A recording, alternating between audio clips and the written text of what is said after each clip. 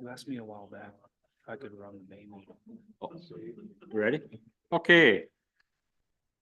Thank you. We will call the special meeting for the City of Nisswa Council to order. May 21st, 2024, and this is for our compensation study. I can kick things off if you'd like, Mayor Ryan. Yes, Thank you. sorry. Good evening. Good evening, Nisswa City Council. Tonight, as noted, we are going to hear a presentation from Mark Goldberg with David Drown and Associates regarding the 2024 compensation study. A couple of items just to note before we kick things off. Just want to thank the project team that was engaged throughout the last 3-4 months with the process. So that was Maggie Wentler, Tom Blommer, Luke Hall, and Mike Deck. They spent a lot of time and reviewing the information with Mark and coming up with the recommendations that we will talk through tonight. Included in the materials that were at your seats is a summary of all 4 recommendations that will be discussed tonight. And then we will have time after the presentation for council questions and then discussion on the recommendations that will be presented. And then just lastly, want to thank Mark for all the time and support and answering our many questions and helping us walk through the process. I think this year was much improved over the last study in terms of just ensuring open communication, getting questions and ideas back and forth. And Mark was definitely instrumental in helping us along with that. So with that, I will have Mark come up. He can introduce himself and we will put the presentation on the Zoom so people can see it. And then you can take it from there. Sounds good. A little bit. Sounds good. Thank you so much, Jenny. And it has been such a pleasure to work with Jenny and with the entire team there. So as she mentioned, I'm Mark Goldberg here from DDA. I just want to go through this really quick, but please feel free to ask questions at any point. We don't need to wait till the end for that. But I want to explain a little bit about who DDA is and then what we're trying to do with this and then what we found, what were the results behind it. Oh, there we go. Okay, so DDA has been doing this for a long time, over 20 years. Actually, at this point, it's like 25 plus years. But a lot of that time at first was on financial matters. And then about 10 years ago, our clients started coming to us and saying, hey, can you help out on HR related issues? So that's when my partner, Dr. Tessa Melvin, started the class and comp group within DDA. I joined, I was telling the mayor about it'll actually be 4 years ago this past November. Before that, I was with Arthur J. Gallagher, helping to lead their class and comp group. Before that with the University of Minnesota, and before that with the Met Council. So of my 28 years of experience doing this kind of stuff, about over half of it's just specifically within the public sector. Hi. So the goals for this, really what we wanted to do was give you a structure that made sense and one that was aligned with the market. And we were very careful about how we chose chose comparison cities, and the data that we use for it. We are not doing anything staffing related. So it's not, we need to add people in this place or reduce people. No, nothing along those lines. We're not doing an org study. We're not reducing anyone's pay. No one will ever have their pay reduced in one of these studies, at least that I'm doing. But it's not everyone gets a 5% increase because we're looking and seeing, here's the data, here's the story the data is telling. Everyone's going to at least improve or stay the same, but some people might get larger increases. Why? Because that's what the data tells us when we gather all the information. So here's the list of cities that we were gathering data from. You as a council have seen this before, right? All good?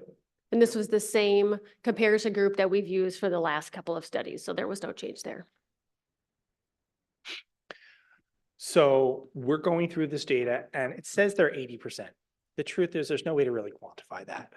What we say is, generally does this more or less match the position within the city? And that's where Jenny and the team was very, very helpful in saying, yeah, these are good matches, or no, this isn't a great match for this.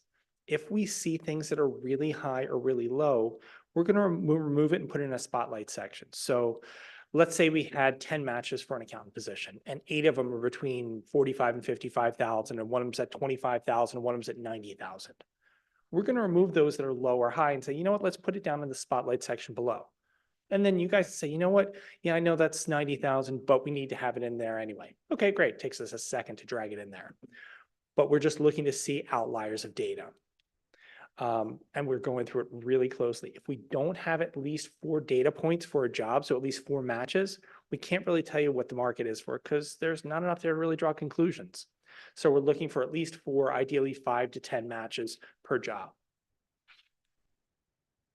And that just kind of goes through what we're talking about. We got a lot of matches. 19 of the 22 positions we're able to find matches for. Just as a point of reference, when I was with Gallagher, if we got 35% of the jobs matched, we were feeling pretty good. DDA, we're looking at 70, 80, 90%, and that's pretty common. And we had, God, how many data points do we have? 500, 700? I think it was, yeah, and the 500 lines of information. So a lot of information that we went through very carefully. We didn't change how you're using it. You're using your safe system. We didn't redo that at all. So everyone kind of stayed by and large in their existing grades. So you did have 6 separate structures.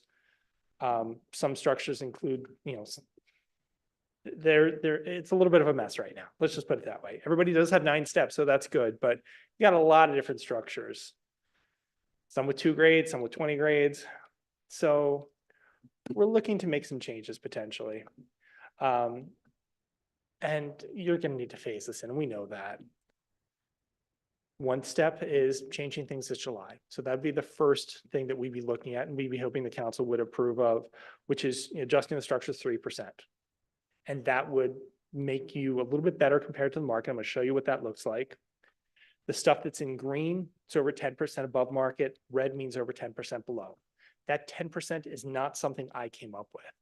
10% plus or minus is generally considered by the Department of Labor to be considered market competitive. So they say 9% below, 8% above, both would be market competitive. Why?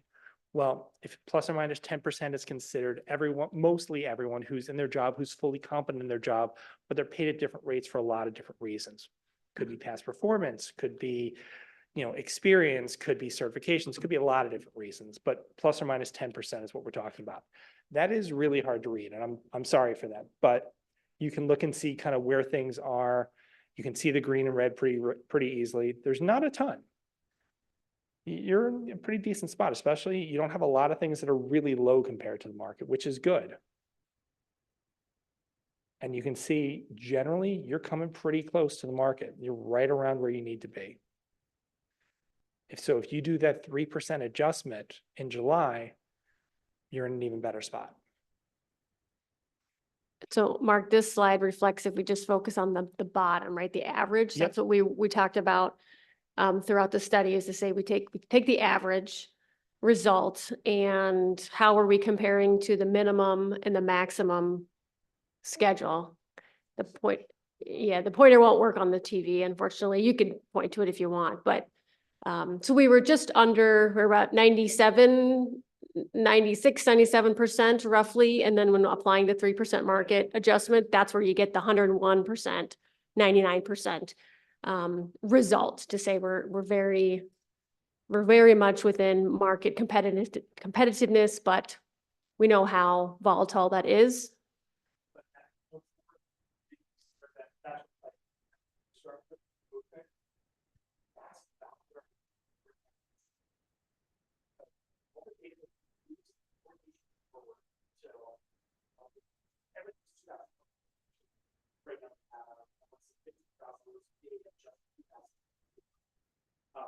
So this is actually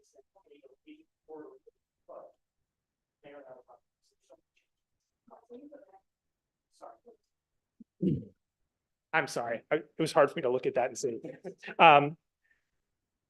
There's so many changes. And even though this data is being aged forward, contracts settle and suddenly, you're at a little bit less competitive position.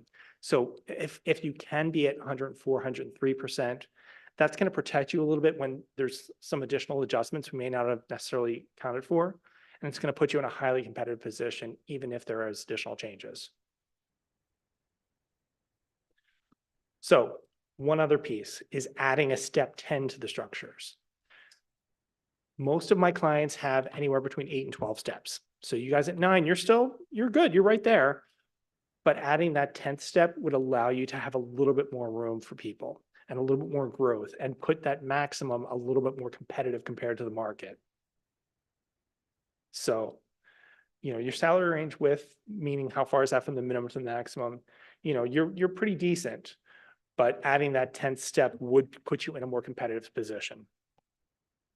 And that would be for 2025. That's not something we're looking to do right now in 2024. And would you mind just speaking to that, the range spread, right? So Yep. we're 27%, but what do you normally see? 27% is where you're at right now. Most times we're seeing anywhere from 28 to 38%.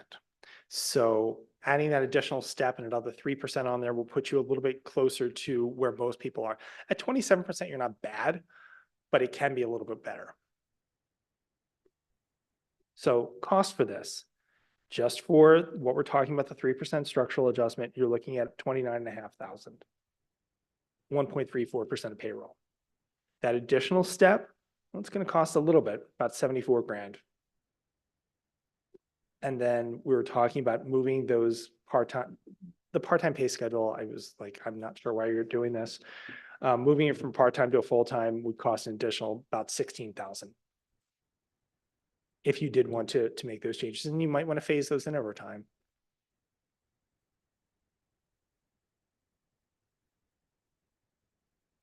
So what we're looking at the council to do is say, yeah, this makes sense, and the structure would work. Figure out where, if you're comfortable with where people are going to be placed and the cost and all that. There are recommendations about some potential grade changes, which are outlined for you. Jenny's done a nice job doing that. The benefits information we're not going to talk about right now. I just got it to Jenny actually today. So big picture, you guys are competitive on benefits. By and large, we have information from 14 places, I think, 14 different cities. There's a large variation in some of this, especially when in regards to medical, but big picture, you guys aren't far off. Thank you, Mark. I will review the recommendations one more time at a high level, and then we can pause if you have questions for Mark on the process or anything that you would like to discuss. So the first recommendation is a market adjustment. And as Mark noted, it's a 3% adjustment for all staff on July 1st, 2024. So roughly $29,500. The second recommendation is to add a 10th step to all of the pay schedules. That is proposed to be effective for on January 1, 2025. So that would be for next year, so we can incorporate that into our budget process if the council wanted to incorporate that recommendation. The third recommendation is to consider eliminating the part-time employee pay schedules and moving everyone to the full-time schedule. Right now, there is no difference in position duties between the part-time and the full-time schedule. The reason that was created back in 2016-17 was simply a budgetary concern or consideration for our liquor funds. But that could potentially be incorporated as part of the 25 budget conversation to see if our liquor departments can handle that increased cost. That would be a recommendation to make that consideration. And then the final recommendation, number 4, as Mark mentioned, there are 2 recommended grade changes for the positions on the chart. Do you want to scroll back to the chart? Absolutely. Even though it's not easily seen, there are 2 positions that are reflected in red, which means that they are greater than 10% below market. The first position is the wastewater supervisor, and the second position is the Parks and Rec director. So Mark took the position job descriptions and rescored them to see if the points rating would be any different from his analysis versus what we have currently. And based on his analysis, we would propose that the wastewater supervisor position would move from grade 12 to 13, and the Parks and Rec director would move from grade 13 to 15. With the Parks and Rec director position, I did also compare education and experience requirements with that position with other positions at the same grade to ensure consistency, and those are consistent in that way. So there wouldn't be creating another set of challenges to work from if we were to move that position. And that recommendation would be to, you can decide if that would be appropriate on July 1, or if that would be appropriate to just do that immediately to make that change to really get more into compliance with competitive wage range and the appropriate grade for those positions. All of those recommendations are outlined in that memo provided, and then at the very bottom, I did provide a cost impact summary. Since from a council perspective, I know that you would be interested in really what the levy impact is for the general fund piece of this. That would be about 2.3% impact for the recommendations here presented tonight. There's certainly additional impacts to our liquor and sewer fund as well. But from a levy perspective, that information is there for you. So I will stop and certainly give you time to ask questions of Mark on the process or any other clarification you would like. Thank you. Mark, do you have any questions? Bruce? No. Yeah, Joe? Yeah, I got a couple. Jenny, you just said into compliance. Can you elaborate on what that means, being out of compliance?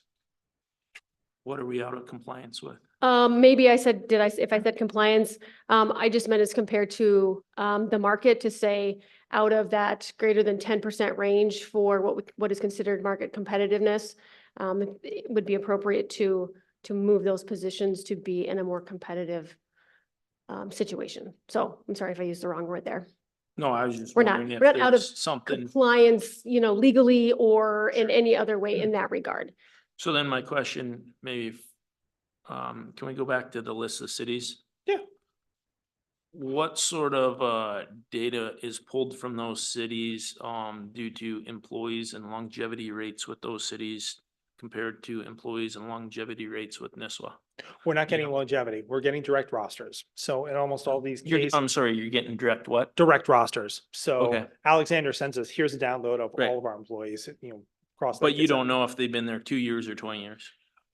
In some cases we do, in some cases we don't, but again, that goes towards the actual pay, and I'm not as concerned about the actual pay. I'm more concerned with the structure itself and does the structure align with where people are paid. Right. So when we remove the people from it, it's where's the structure, not the actual pay for people.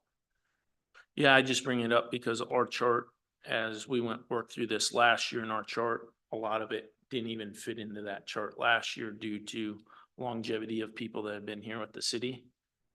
That we found where it's like, hey, this isn't on our chart last year that we had brought up. So that's what I was wondering. And again, what we want to do is take the people out of it and say, hey, here's what the pay rate is for maintenance worker. Here's what the pay rate is for finance director, and get those structures in place. And then where people are placed is going to vary on a number of factors, including how long they've been there. Right.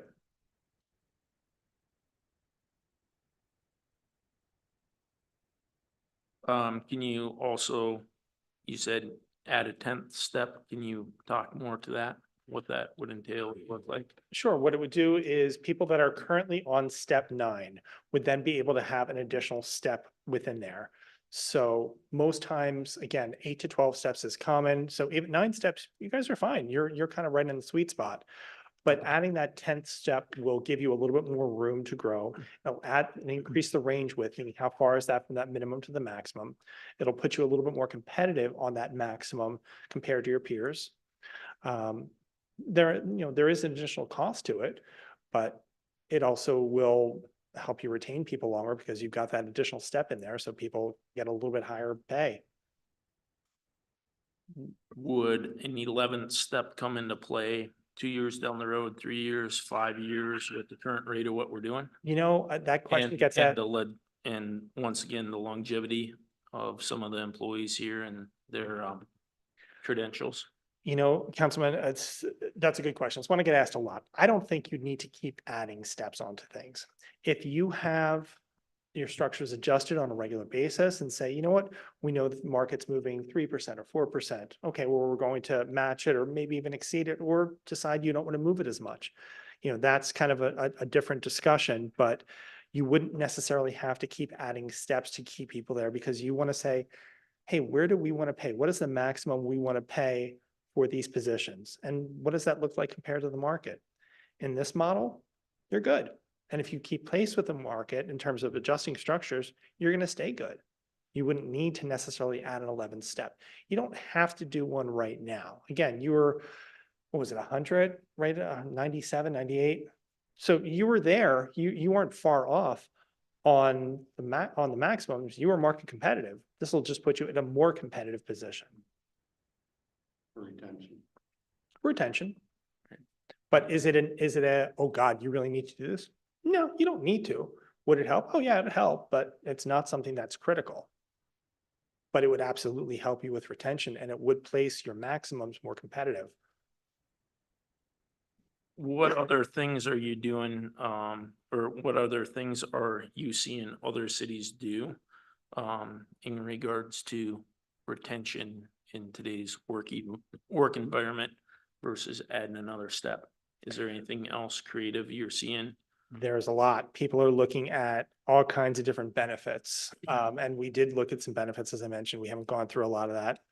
But benefits are a way to differentiate things. You may laugh, but like things like pet insurance doesn't cost a lot, but people, it's highly valued. Tuition reimbursement doesn't cost you that much, and it's really not used very often. People really like those kind of things.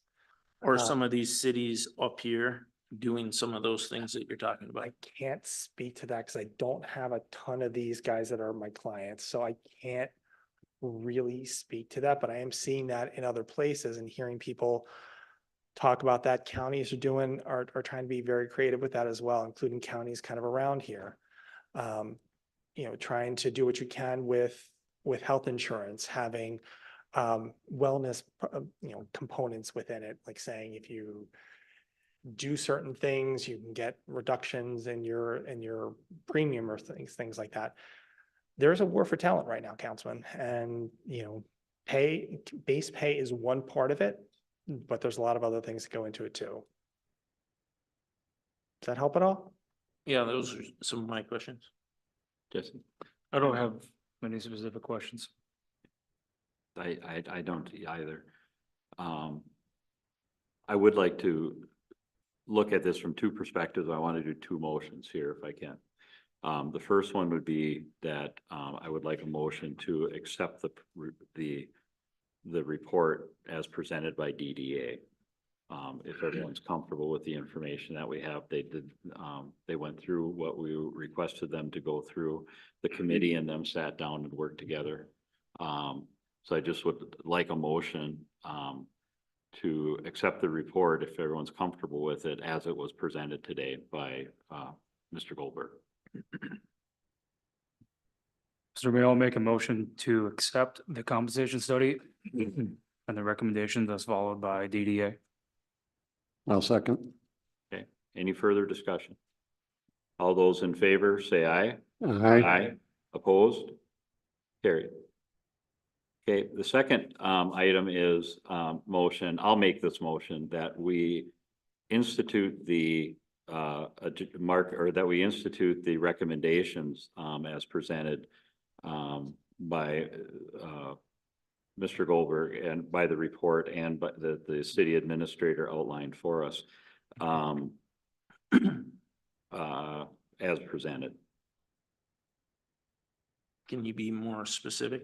That we, well, the recommendations, the recommendations you provided to us? All four? Yes, all Okay. four. All of them? Yep.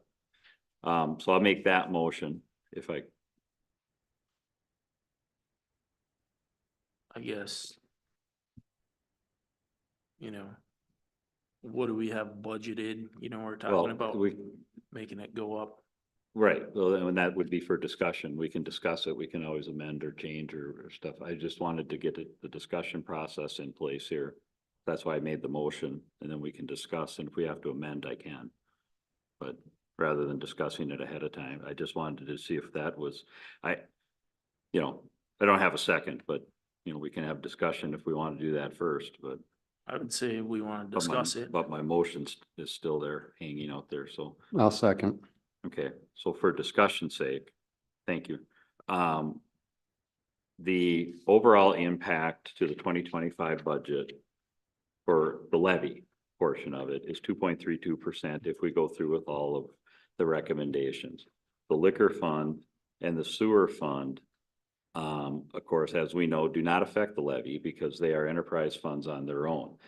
One amendment we could look at making is that let the city administrator sit down with, the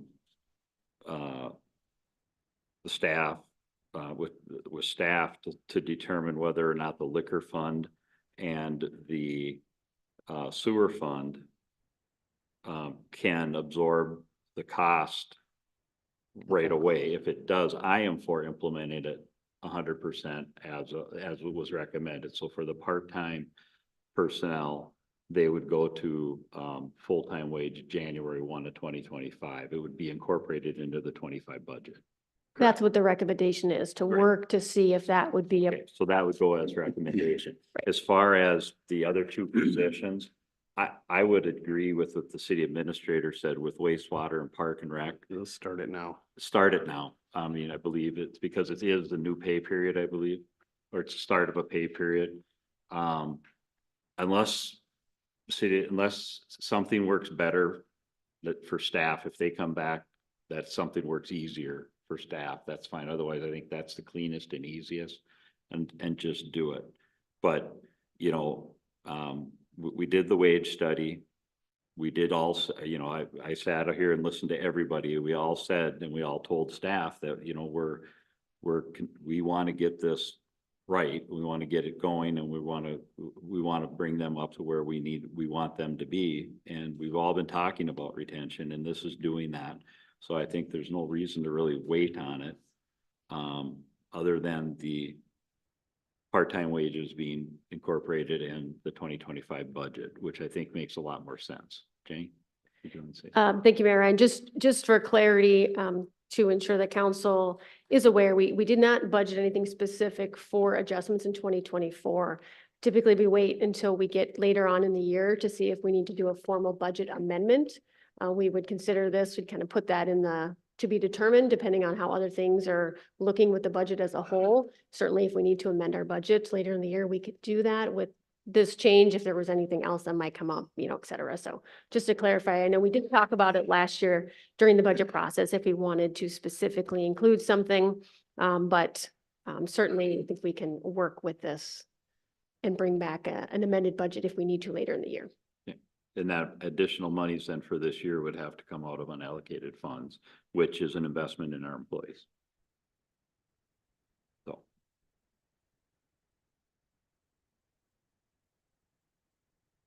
Questions?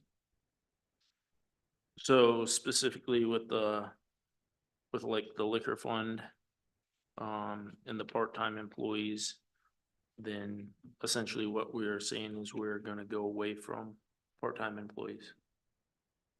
No, we'll still have part-time scheduled employees. We're just that we're not going to have a part-time wage. They will be paid the same as a full-time person is paid. They're not being paid on a part-time wage. They don't make the same hourly rate as a full-time employee, but they do the same job. They just do it less during the year is all. So if I'm full-time making $10 an hour and you're part-time making $10 an hour or $5 an hour, you're now going to be part-time making $10 an hour because we're doing the same job. You're just part-time, I'm full-time. That's what we're saying.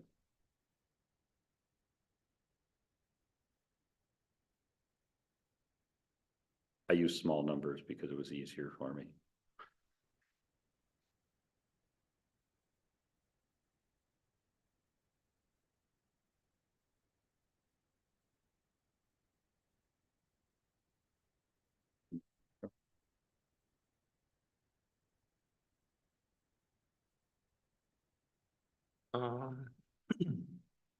No, I guess I'm just thinking about pros and cons of all the different ones.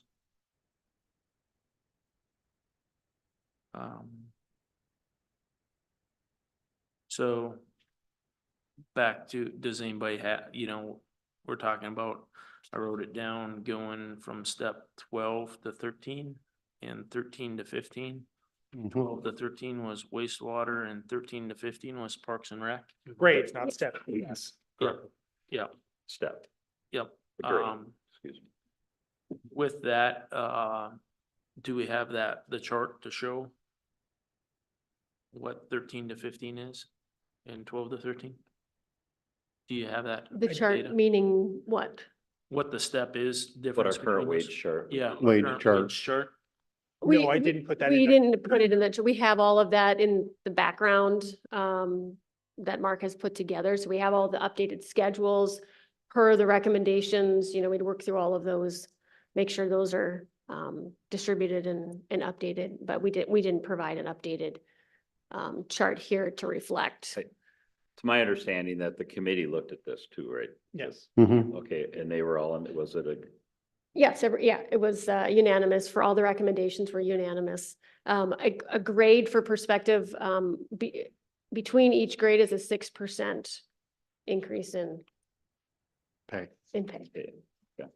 Sure.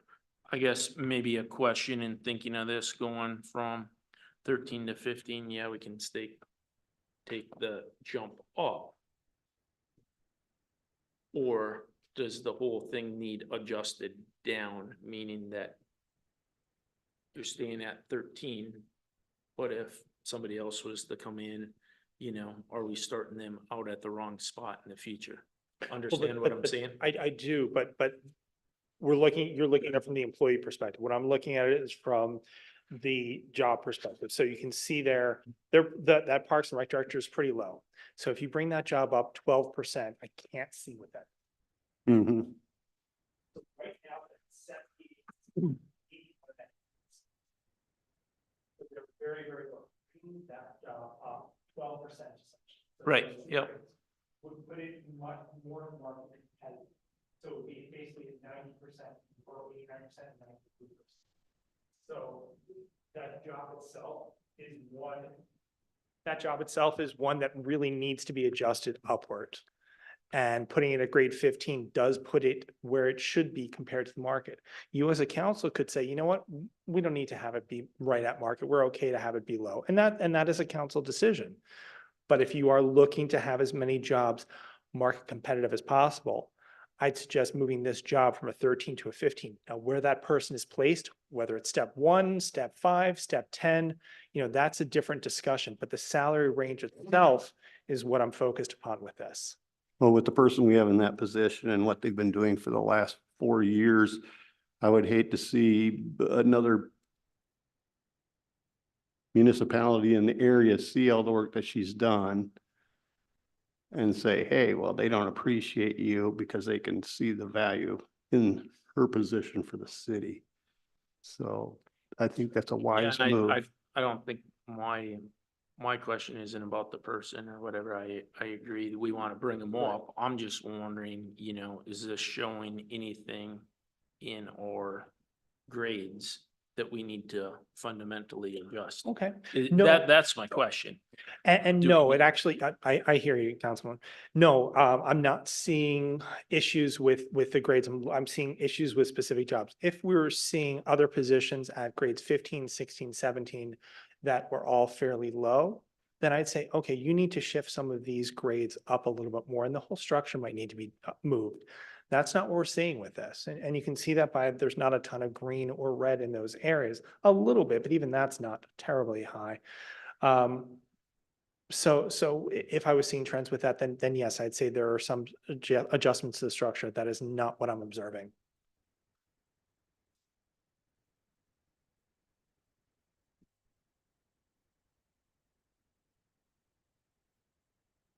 and yes, No. Bruce, Mark? No, okay.